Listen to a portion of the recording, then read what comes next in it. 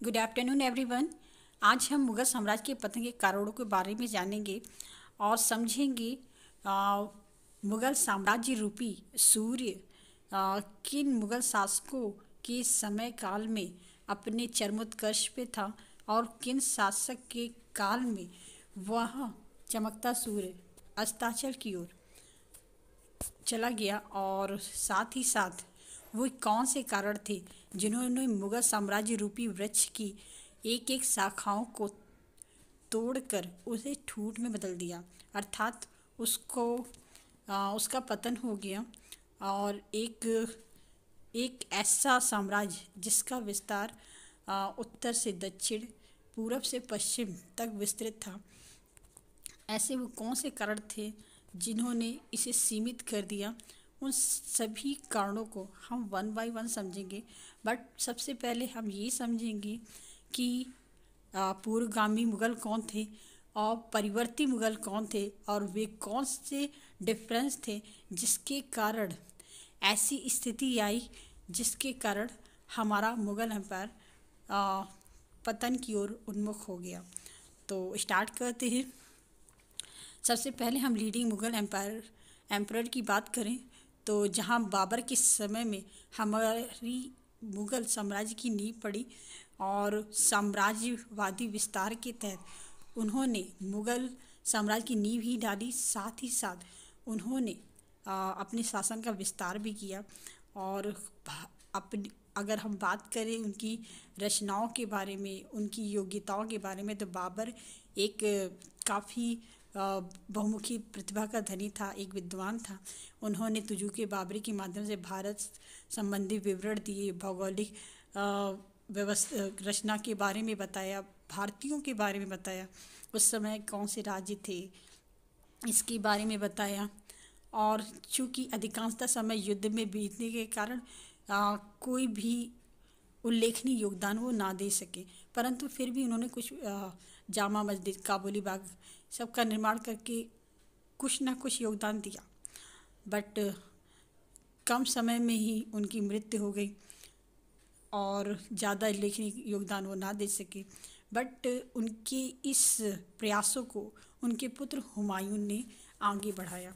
उन्होंने मुग़ल साम्राज्य का विस्तार किया, परंतु उन्हें अपने भाइयों का साथ नहीं मिला और उससे परस्पर एक संघर्ष चलता रहा, और साथ ही साथ शेरशाह सूरी के साथ भी एक संघर्ष उनका चलता रहा। इन सभी परिस्थितियों में उन्होंने खुद को संवारा और इसी दौरान अकबर का जन्म हुआ। और परंतु उन्होंने अपनी मेहनत से उन्होंने दोबारा एक बार दिल्ली की गद्दी खोई और फिर दोबारा उन्होंने नए सिरे से तैयारी करके उन्होंने पुनः दिल्ली की गद्दी को वापस प्राप्त किया। परंतु उनका ज़्यादातर समय युद्ध में ही बीत गया। तो विद्वान होने के बावजूद उन्हें जैसा कि हम बहुत कम ही लोग जानते हैं कि हुमायूं को खगोल शास्त्र और ज्योतिष में काफ़ी इंटरेस्ट था। वो 7 दिन के हिसाब से कपड़े पहनते थे, यहाँ तक कि उन्होंने ज्योतिष में राशियों के हिसाब से उन्होंने अपनी सेना नायक को बांट रखा था। आदि बहुत सारी बातें हैं जो इनसे जुड़ी हुई है, बट कुछ उल्लेखनीय कार्य कर पाते उससे पहले इनकी दीन पनाह की सीढ़ों से गिर के इनकी मृत्यु हो गई। फिर इनके आगे जो कार्य इन्होंने छोड़ दिया उसे अकबर ने आगे बढ़ाया। जैसा कि हम सभी जानते हैं, अकबर बहुमुखी प्रतिभा के धनी थे। उन्होंने जहाँ सांस्कृतिक, धार्मिक, आर्थिक ऐसा कौन सा पहलू था इन्होंने उठाया नहीं, और धार्मिक रूप से समरसता को बनाए रखा, सबके साथ समान व्यवहार किया, किसी के साथ अलग व्यवहार नहीं किया, सभी धर्मों को महत्वपूर्ण स्थान दिया, सभी धर्मों का सम्मान किया, जिस कारण ये जनता के दिल में, उस समय जनता के दिल में ही नहीं, वर्तमान समय में आज भी लोग इनको बड़े आदर से इनका नाम लेते हैं। और इन्होंने हर क्षेत्र में अग्रणी योगदान दिया। साम्राज्य का विस्तार तो किया ही किया और राजपूतों के साथ एक घनिष्ठ संबंध भी स्थापित किए। उनकी इस परंपरा को जहांगीर ने आगे बढ़ाया, परंतु ये अपने पिता के समान धार्मिक रूप से थोड़े से कट्टर थे। बट ऑल ओवर इन्होंने अपने पिता की नीतियों को यथावत बनाए रखा और उनका भी शासनकाल अपने पिता के समान ही स्वर्णिम बना रहा है। और अब बात करते हैं शाहजहाँ की। तो शाहजहाँ ने भी अपने पिता जहांगीर के समान ही शासन व्यवस्था यथावत बनाए रखी।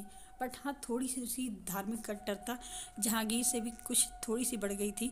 इन्होंने गौ हत्या बंदी का आदेश जो कि अकबर ने लगाया था और जहांगीर ने यथावत रखा था, शाहजहाँ ने उस गौ हत्या बंदी का आदेश हटा दिया और फिर से इसे शुरू कर दिया। और साथ ही साथ जो तीर्थ यात्रा कर अकबर ने लगाया था, जहांगीर ने यथावत रखा था, शाहजहाँ ने फिर से तीर्थ यात्रा कर लेना शुरू कर दिया। इस तरह से हिंदू जनता का विश्वास टूटा और मान सिंह की बहन मानबाई के जहर खाने के बाद और इनका शाहजहाँ का राजपूतों के साथ थोड़ी सी खुटपुट शुरू हो गई और औरंगजेब के समय में वो सोने पे सुहागा हो गई। औरंगजेब धार्मिक रूप से काफ़ी कट्टर थे और साथ ही साथ हिंदू जनता के इसके लिए से संबंधित नियमों में कड़ाई की, हिंदू जनता पे ज़्यादा ध्यान न देना, बट कड़ाई से बस एक ही चीज़ इस्लाम की विकास में प्रसार में बस लगे रहना और बाकी धर्मों के को जो सम्मान अकबर के समय में मिला, जहांगीर के समय में बिल्कुल उलट हो गया। धार्मिक रूप से स्वयं भी कट्टर था और उसने एक टेरर पैदा किया और जिसके कारण वो जनता के दिलों में नहीं बस पाया, जनता का विश्वास नहीं रख पाया। ज़्यादातर समय युद्धों में व्यतीत होते थे, संघ और उत्तराधिकार के संघर्ष हुए, उसमें काफ़ी जनधन की हानि हुई, खजाना काफ़ी खाली हुआ, जनता तो गई ही गई। तो इस तरह से अपने खजाने को भरने के लिए फिर इन्होंने ज़्यादा ज़्यादा कर वसूलने शुरू कर दिए। तो इस तरह से और जनता के दर्द को क्या समझेंगे, ज़्यादातर समय इनका युद्धों में बीता रहता था। और चूँकि इनको जो सत्ता प्राप्त हुई थी वो अपने भाइयों को मार के प्राप्त हुई थी। तो इस तरह से एक विश्वास की कमी जो पहले भाइयों के प्रति अपने पिता को इन्होंने कैद नज़रबंद करा दिया, एक अविश्वास अपने पिता के लिए, एक अविश्वास अपने भाइयों के लिए बना रहा। तो ये कभी किसी पे विश्वास नहीं कर पाए और अपने पुत्रों पे भी ज़्यादा विश्वास नहीं कर पाए, जिस कारण महत्वपूर्ण कार्यों के लिए वो स्वयं ही उपस्थित होते थे। जिस कारण एक कहते हैं ना, अगर हम अपने काम को बांट के चले तो काम को इजी तरीके से किया जा सकता है। जैसे मैंने आपकी क्लास में कहा था कि बच्चों मॉनिटर अपनी क्लास में हो तो कामों को करने में आसानी हो, बट वो अलग बात है। तो उसी तरह से अगर क्लास में एक मॉनिटर होता है तो काम थोड़े से बहुत जो ज़्यादा होते हैं काम बढ़ जाते हैं। तो इस तरह से चीज़ें आसानी से की जा सकती। तो वही उस शासनकाल में हुआ, ज़्यादा से ज़्यादा काम औरंगजेब ने खुद ही करने का प्रयास किया। और इस तरह से योग्यता का जो सिद्धांत है,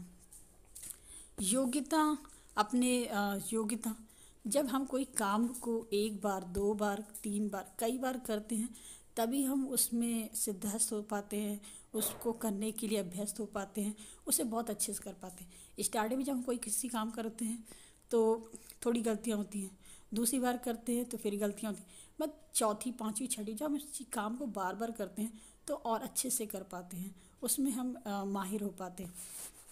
तो यही चीज़ थी। औरंगजेब ने एक महत्वपूर्ण कार्य को खुद ही किया, अपने बेटों को करने नहीं दिया, जिस कारण उनमें वो बात नहीं आ पाई जो औरंगजेब में थी।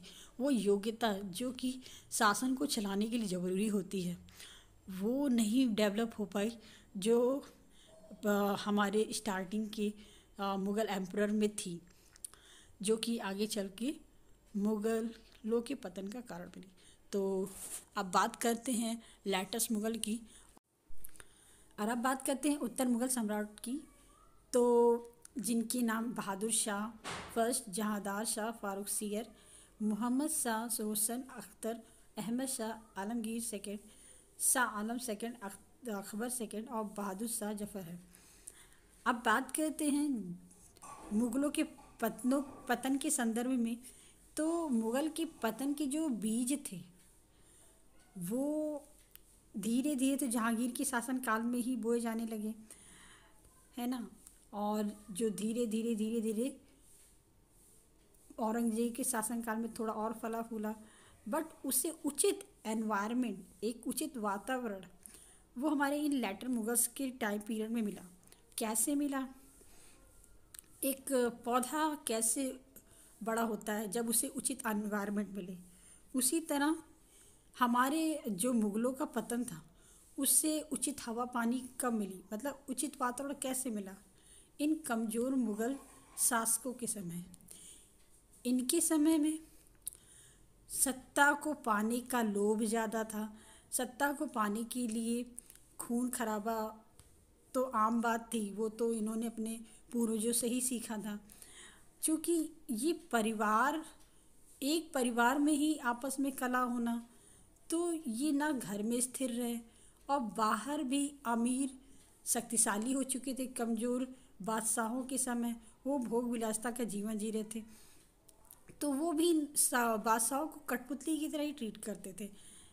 और साथ ही साथ खुद के जिस प्रांत पे वो शासन करते थे जब बादशाह कमज़ोर हुए तो ये अमीर भी खुद को स्वतंत्र करने की कोशिश करने लगे।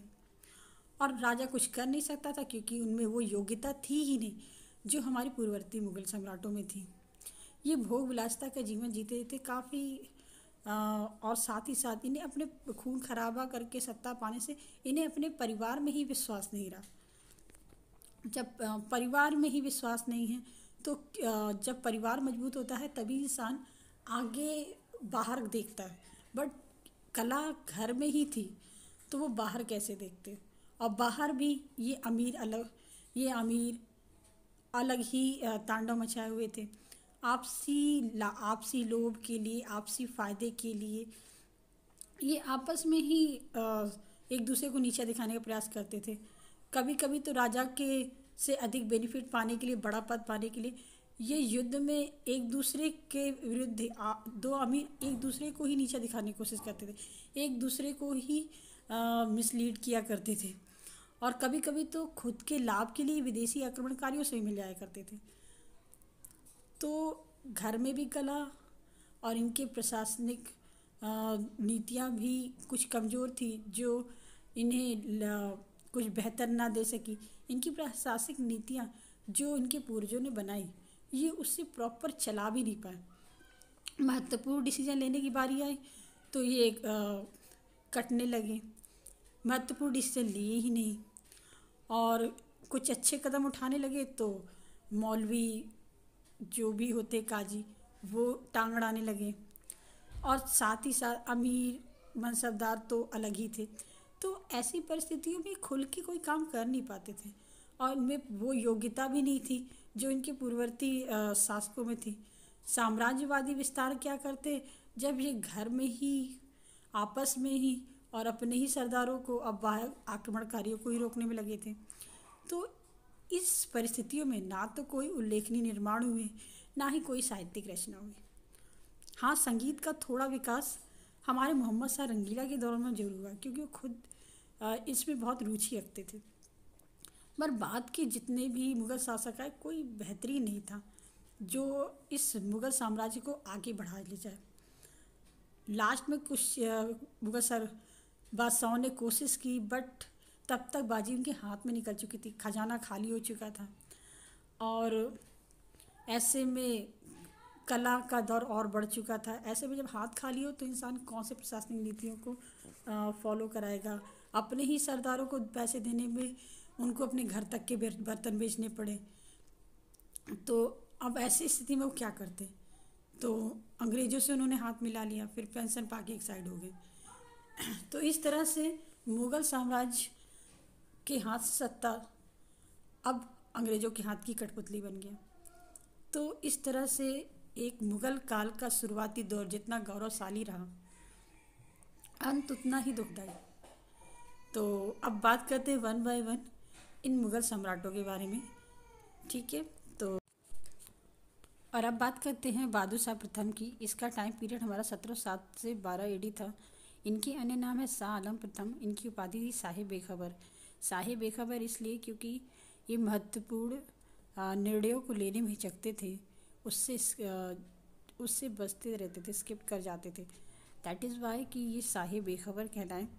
और अब इनके शासनकाल की महत्वपूर्ण बातें पॉइंट टू पॉइंट समझते हैं। पहली है, बहादुर शाह ने अपने समकालीन सभी शक्तियों से मेल मिलाप की नीति अपनाई ताकि किसी भी तरह की लड़ाई झगड़े युद्ध की स्थिति ना आए। और मराठों को दक्कन की सरदेशमुखी, दक्कन में दक्षिण के भारत की बात हो रही है, और सरदेशमुखी दे दी परंतु चैत का अधिकार नहीं दिया। अब बात करते हैं सरदेशमुखी चैत क्या होते हैं।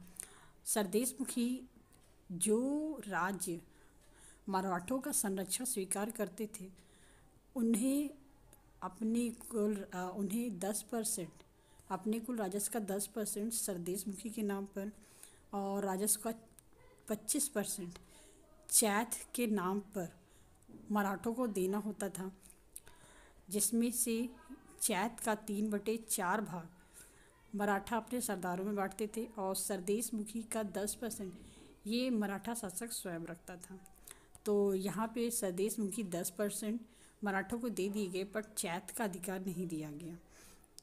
और केवल सिखों का विरोध बंदा बहादुर के नेतृत्व में जारी रहा, और जो परंपरा हमारी जहांगीर के शासनकाल में अर्जुन देव की हत्या कह सकते हैं को मारने के बाद शुरू हुई, बहादुर शाह प्रथम के शासनकाल में वो परंपरा जारी रही। और अब बात करते हैं बहादुर शाह के दरबार में 1711 में एक डच प्रतिनिधि मंडल जोशुआ कैटलर के नेतृत्व में आया। इस प्रतिनिधि मंडल के स्वागत में एक पुर्तगाली स्त्री जूलियाना की महत्वपूर्ण भूमिका थी, जिसे बीवी, विधवा आदि की उपाधियाँ दी गई। नोट करने वाली बात है क्योंकि इम्पोर्टेंट क्वेश्चन है, और अगर आपका सब्जेक्टिव होता है या ऑब्जेक्टिव होता है दोनों के लिए फैक्ट तो आपको याद करनी ही है तो ये बात भी नोट कर लीजिएगा। और अब चीज़ें क्लियर हैं। अब आगे बढ़ते हैं। 1712 में बहादुर शाह की मृत्यु हो गई, इस कारण पुनः गृह युद्ध छिड़ गया। इसी गृह युद्ध के कारण उनका शव 10 सप्ताह बाद दफनाया जा सका। बहादुर शाह के 4 पुत्र थे, जहांदार शाह, अजीम उस शान, रफ़ी उस शान और जहान शाह। इस उत्तराधिकार संघर्ष में जहांदार शाह विजयी हुए क्योंकि उन्हें अपने सामंत जुल्फ़िकार खान, जो कि ईरानी गुट के थे, आगे हम डिस्कस करेंगे, का समर्थन प्राप्त हुआ। और अब आगे बढ़ते हैं। यहाँ देखने वाली बात है, उत्तराधिकार का संघर्ष यहाँ पर भी हुआ, जैसा पिता ने किया और पिता के पिता ने किया। ये परंपरा इस शासनकाल में भी जारी रही। आगे बढ़ते हैं। जहांदार शाह 1712-13 AD। जहांदार शाह को गद्दी इसलिए प्राप्त हुई क्योंकि उसे ईरानी गुट जुल्फ़िकार खां का समर्थन प्राप्त था। उनके समय की प्रमुख घटनाएं हैं, उन्होंने जजिया समाप्त कर दिया, बहुत बढ़िया। मराठों को चैत और सरदेशमुखी इस शर्त पे दी कि उसकी वसूली मुग़ल अधिकारी करेंगे, बाद में उसे मराठों को दे देंगे। जय सिंह को मिर्ज़ा राजा की उपाधि दी गई, और इनके समय भी केवल सिख ही असंतुष्ट रहे, बाकी सभी वर्गों से मेल मिलाप की नीति अपनाई गई। जहांदार शाह लाल कुंवर नाम की वेश्या पर आसक्त था। और एक बात और नोट करने वाली है कि इन्होंने लाल कुंवर को 1 करोड़ का पेंशन दे रखा था वार्षिक, जो कि अब तक का सबसे बड़ा पेंशन है। और जहांदार के भतीजे फारूक सियर ने सम्राट के पद का दावा किया और उसके दावे को सैयद बंधुओं ने समर्थन दिया। इस प्रकार जहांदार को शाह को पराजित करके उसकी हत्या कर दी गई और नेक्स्ट शासक के रूप में फारूक सियर शासक बन गया। अब इसके शासनकाल की महत्वपूर्ण घटनाओं को समझते हैं। फारूक सियर, इनका टाइम पीरियड हमारा 1713-19 AD था। फारूक सियर को गद्दी सैयद बंधुओं अब्दुल्ला खां, हुसैन खां के कारण प्राप्त हुई थी। अब्दुल्ला खां को वजीर का पद मिला, हुसैन को मीर बख्शी का पद मिला। अब इनके समय की महत्वपूर्ण घटनाएं थी। फारूक सियर ने जय सिंह को सवाई की उपाधि दी। सवाई जय सिंह सुना ही होगा आपने, नक्षत्रशाला बनाई है इन्होंने और काफ़ी फेमस राजा है। और दूसरी, गद्दी पर बैठते ही उन्होंने जजिया हटाने की घोषणा की तथा तीर्थ यात्रा कर भी हटा लिया। और 1717 में एक फरमान के जरिए अंग्रेज़ों को व्यापारिक छूट दी गई दक्षिण में। इसे कंपनी का मैग्ना कार्टा भी कहा जाता है। और 1716 में बंदा बहादुर को दिल्ली में फांसी दे दी गई, जिसका अपने शाह आलम फर्स्ट के समय में ही आपने देखा एक पारस्परिक संघर्ष चलता रहा जिसे फारूक सियर ने कम्प्लीटली एंड कर दिया। सैयद बंधुओं में छोटे भाई हुसैन ने मराठा पेशवा बालाजी विश्वनाथ से एक संधि की जिसके तहत दक्षिण का चैत और सरदेश मुखी वसूलने का अधिकार मराठों को मिल गया। अभी तक जहांदार के समय में दक्षिण के चैत और सरदेश मुखी वसूलने का अधिकार मुगलों को था और वो मुगल लेकर मराठों को दे देते थे, बट इस समय तक चैत और स्वदेश मुखी वसूलने का अधिकार अब मराठों को मिल गया कम्प्लीटली। बदले में साहू ने 15,000 घुड़सवारों के साथ सैयद बंधुओं को समर्थन देने के लिए भी तैयार हो गए, परंतु इस संधि पर हस्ताक्षर करने से मना करने पर फारूक सियर की हत्या कर दी गई। मुगल साम्राज्य के इतिहास में किसी अमीर द्वारा शासक की हत्या करने का पहला उदाहरण था। इसके बाद रफ़ी उस शान के पुत्र जो कि शाह आलम फर्स्ट के पुत्र थे, रफ़ी उद दर्जक को शासक बनाया गया। तो इनके बारे में जानते हैं। रफ़ी उद दर्जक 28 फरवरी 1719 से 4 जून 1719 यह सबसे कम समय तक शासन करने वाला मुगल शासक है। इसके समय की सबसे महत्वपूर्ण घटना नीकू सियर का विद्रोह था। नीकू सियर औरंगजेब के पुत्र अकबर का पुत्र था। उसकी मृत्यु क्षय रोग से हो गई, कोई उपलब्धि नहीं।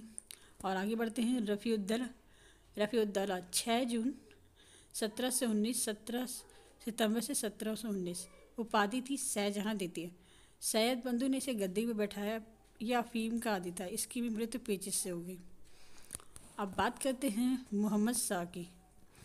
इनका टाइम पीरियड था 1719-48 AD और इनका अन्य नाम था रोशन अख्तर, उपाधि थी रंगीला। मोहम्मद शाह बहादुर शाह के सबसे छोटे पुत्र जहान शाह का पुत्र था। इसे रंगीला की उपाधि दी गई थी। इसके काल की महत्वपूर्ण घटनाएं निम्नलिखित हैं। पहला, सैयद बंधुओं का पतन हो गया। स्वायत्त राज्यों का उदय जैसे हैदराबाद, अवध, बंगाल, बिहार आदि।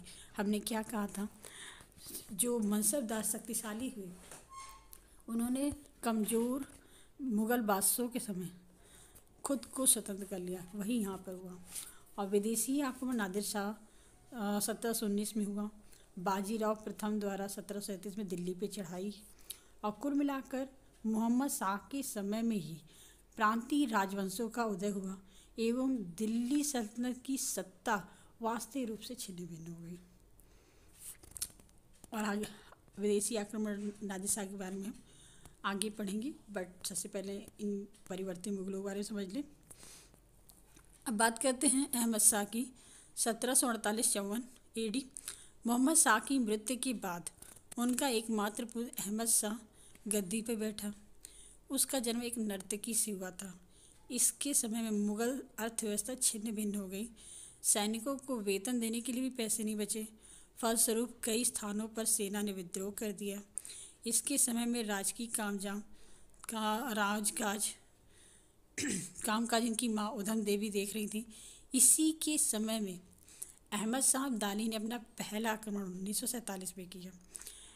इनके वजीर इदामुल मुल्क ने अहमद शाह को गद्दी से हटाकर जहांदार शाह के पुत्र आलमगीर द्वितीय को गद्दी पर बैठाया। और अब बात करते हैं आलमगीर द्वितीय की, जिनका शासनकाल में यहाँ नहीं लिखा है, बट इनका शासनकाल है 1754 से लेकर 1758 AD। इसी के काल में अहमद शाह अब्दाली दिल्ली तक आया। प्लासी के युद्ध के समय यही दिल्ली का शासक था। इसकी हत्या इसके ही वजीर इमादुल मुल्क ने कर दी। शाहजहां तृतीय के समय की महत्वपूर्ण बातें निम्नवत हैं। आलमगीर द्वितीय के समय उनका पुत्र अली गौहर बिहार में था, जहां उसने शाह आलम द्वितीय के नाम से स्वयं को सम्राट घोषित किया। इसी समय दिल्ली में इमादुल मुल्क ने कामबख्श के पौत्र शाहजहां तृतीय को सिंहासन में बिठाया। इस प्रकार पहली बार दिल्ली पर 2 अलग अलग शासक सत्तारूढ़ हुए। तो कोई विशेष उपलब्धि नहीं। आगे बात करते हैं। शाह आलम द्वितीय की। 1759-1806 अन्य नाम था अली गौहर। इसके समय की महत्वपूर्ण घटनाएं हैं पानीपत का तृतीय युद्ध 1761 में, बक्सर का युद्ध 1764 में। इस युद्ध में पराजय के बाद शाह आलम द्वितीय क्लाइव को बंगाल, बिहार, उड़ीसा की दीवानी प्रदान की। इसके बाद अंग्रेजों के संरक्षण में 1765 से 72 इलाहाबाद में रहा। यहीं से द्वैध शासन की शुरुआत हो गई। 1772 में मराठा सरदार महादजी सिंधिया इसे दिल्ली ले आए, परंतु नजीबुद्दौला के पौत्र कादिर ने 1788 में शाह आलम को अंधा बना दिया। तो 1803 में अंग्रेज सेनापति लेक दिल्ली पे अधिकार कर लिया। अब मुगल शासक केवल अंग्रेजों के पेंशनर बनकर रह गए थे, जैसा कि मैंने आप सबको स्टार्टिंग में भी बताया। और अब बात करते हैं अकबर द्वितीय की। इसने राजा राम मोहन राय को राजा की उपाधि दी। पहले हमारे सिर्फ राम मोहन राय थे, जिनको बाद में राजा की उपाधि दे दी। 1835 में मुगलों के सिक्के चलने बंद हो गए। एक बात नोट करने वाली बात है कि राजा की उपाधि के पीछे कारण क्या था। एक्चुअली में अकबर द्वितीय के समय में पेंशन जो दी जाती थी वो काफ़ी कम थी। तो अकबर द्वितीय ने राजा राम मोहन राय से रिक्वेस्ट की कि वे दिल्ली जाएं, और राजा, क्योंकि अंग्रेज़ों के राजा राम मोहन राय के साथ अच्छे संबंध थे, तो उन्होंने राजा राम मोहन से जी से रिक्वेस्ट की कि वे इंग्लैंड जाएं और उनके पेंशन को बढ़ाने के लिए बात करें। और इस संदर्भ में उन्होंने राम मोहन राय को राजा की उपाधि दी और उन्हें इंग्लैंड भेजा। और दूसरी महत्वपूर्ण बात है 1835 से ही मुगलों के सिक्के चलने बंद कर दिए गए। एमहर्स्ट पहला अंग्रेज गवर्नर था जिसने अकबर द्वितीय से बराबरी में मुलाकात की। तो यहीं से कह सकते हैं कि हमारे मुगल साम्राज्य की नींव की कील ठुकनी शुरू हो गई। तो आगे बढ़ते हैं। बहादुर शाह द्वितीय 1837 से 57 AD यह अंतिम मुगल बादशाह था। 1897 की विद्रोह में इसी समय हुआ था। इससे ही इस विद्रोह का नेता बनाया गया था। 2 पुत्रों को गोली मार दी गई। हुमायूं के मकबरे से गिरफ्तार करके इन्हें रंगून निर्वासित कर दिया गया। 1862 में इनकी मृत्यु हो गई। बहादुर शाह एक अच्छे गज़ल लेखक थे तथा जफ़र नाम से शायरियाँ लिखते थे। उनकी एक प्रसिद्ध नज़म है, ना किसी की आँख का नूर हूँ, ना किसी के दिल का करार हूँ, जो किसी के काम ना आ सका मैं वह बुझता हुआ चिराग हूँ। तो इसी के साथ आज की क्लास यहीं तक। नेक्स्ट क्लास में हम इसको आगे बढ़ाएंगे। इसी के साथ आपका दिन शुभ रहे। धन्यवाद।